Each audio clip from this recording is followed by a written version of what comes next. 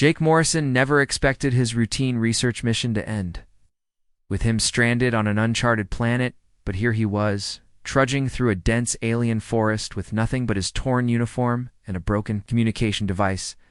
The crash had happened 3 days ago when his small scout ship hit an unexpected meteor shower, and the emergency landing systems barely got him down in one piece, and now he was alone on a world that his scanners had marked as uninhabited, which was clearly wrong because he could hear voices in the distance. He pushed through the thick purple vegetation, and his boots sank into the soft, moss-covered ground and the twin suns. Overhead cast strange shadows through the canopy, and he was exhausted, hungry, and desperate. For any sign of civilization, the voices grew louder, and he could tell. They were speaking in patterns that sounded almost musical, and when he finally broke through the tree line into a clearing, he froze. Before him stood at least 30 figures, and they were all female, and they were all very much alien, and very much staring at him with expressions ranging from curiosity to something he could not quite identify. The closest one stepped forward, and she had skin that shimmered with a faint blue luminescence, and her hair was long and silver and moved as if it had a life of its own, and her eyes were large and violet, and they fixed on him with an intensity that made his heart race. She spoke in that musical language and gestured at him, and the others began to circle around, and Jake raised his hands slowly to show he meant no harm. Of the women who had darker green-tinged skin and sharp, intelligent eyes approached and touched a small device on her wrist, and when she spoke again, it was in accented but understandable English. "We thought you were a myth," she said, and her voice carried a mix of wonder and excitement, and the legends spoke of skywalkers, but we never believed it. Swallowed hard and tried to keep his voice steady. "And I am human, and my ship crashed, and I need help to contact my people."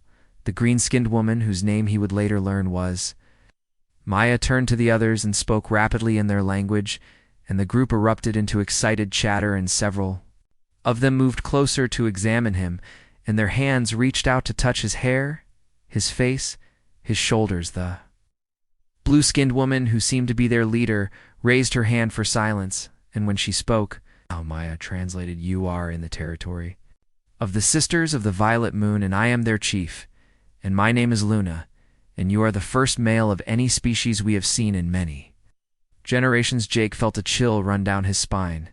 "And what do you mean, many generations?" Luna smiled, and it was a beautiful but slightly unsettling expression. "In our tribe has been all female for 300 cycles, and we reproduce through a method your kind might find unusual, and males are not part of our world." The other women had formed a tight circle around him now, and their eyes held that same intense curiosity, and something else that made Jake increasingly nervous. Maya spoke again, and Luna says, "You will stay with us until we decide what to do with you, and many of my sisters have never seen a male before, and they are very curious."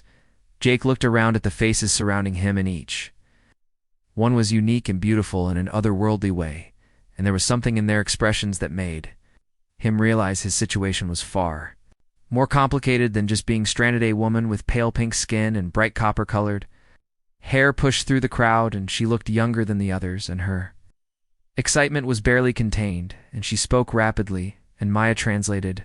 With what might have been amusement, "Pamber wants to know if you are real, and if all males look like you, and if you can teach her about your species." Before Jake could answer, another woman with deep purple skin and gold-flecked eyes stepped forward, and she was taller than the others and carried herself with an air of authority second only to Luna, and Maya did not need to translate her commanding tone. "This is Stella, and she is our head scholar, and she wishes to study you." Jake felt his face flush. "And study me, and what does that mean exactly?" Luna laughed, and it was a sound like wind chimes, and "Do not worry, Skywalker, and we will not harm you, and but my sisters have many questions, and each will want time with you to learn." The women began to crowd closer, and their hands touching him more boldly now, and someone was running fingers through his hair, and another was examining the texture of his uniform, and a third was trying to measure the width of his shoulders. Maya pulled him gently away from the group. "And come, and we will take you to our village, and you must be tired and hungry, and Luna has ordered that you be given shelter." They led him through the forest along paths that seemed to appear and disappear in the village, When they reached it was unlike anything Jake had ever seen, and the structures were grown rather than built, and massive trees shaped into dwellings with bioluminescent vines providing light. Luna took him to a large central building, and inside, it was surprisingly comfortable with soft cushions and woven fabrics, and she gestured for him to sit, and food was brought, and while it looked strange, it tasted good. You will sleep here tonight, and tomorrow we will begin, and each of my sisters who wishes to spend time with you will have her chance, and it is only fair. Gate nearly choked on his food and spend time with me, and what exactly does that mean? Luna sat across from him, and her violet eyes seemed to look right through him, and they wished to know you and to understand you, in each in her own way. And some, like Stella, wished to study your biology, and others, like Amber, simply wished to talk and learn about your world, and others. She paused, and her smile widened, and others have different interests. Jake felt his pulse quicken. And I am not sure I understand. Maya, who had stayed behind to translate, spoke more plainly, and our sisters have never known a male, and you are exotic and fascinating, and some wish to experience things they have only heard of in old stories. The reality of his situation was beginning to sink in, and Jake looked around the room, and through the doorway he could see women gathering and talking excitedly, and glancing in his direction. Luna stood and rest tonight, and tomorrow Stella will be first, and she has many questions about human anatomy and biology. The next morning came too quickly, and Jake woke to find Stella standing over him, and she had a collection of strange devices and what looked like medical instruments, and her gold-flecked eyes gleamed with scientific curiosity. Maya translated as Stella spoke, and I have studied the old texts about males, but they are incomplete, and I must gather accurate data, and please remove your upper garments. Jake hesitated but complied, and he was stranded and at their mercy, and Stella began her examination, and she was thorough and professional, asking questions about everything from his skeletal structure to his cardiovascular system, and Maya translated it all. But as the examination continued, Stella questions became more personal and more focused on the differences between human males and females, and her touches became less clinical and more exploratory. After several hours, Luna appeared and announced that Stella had had her time, and now Amber would have hers.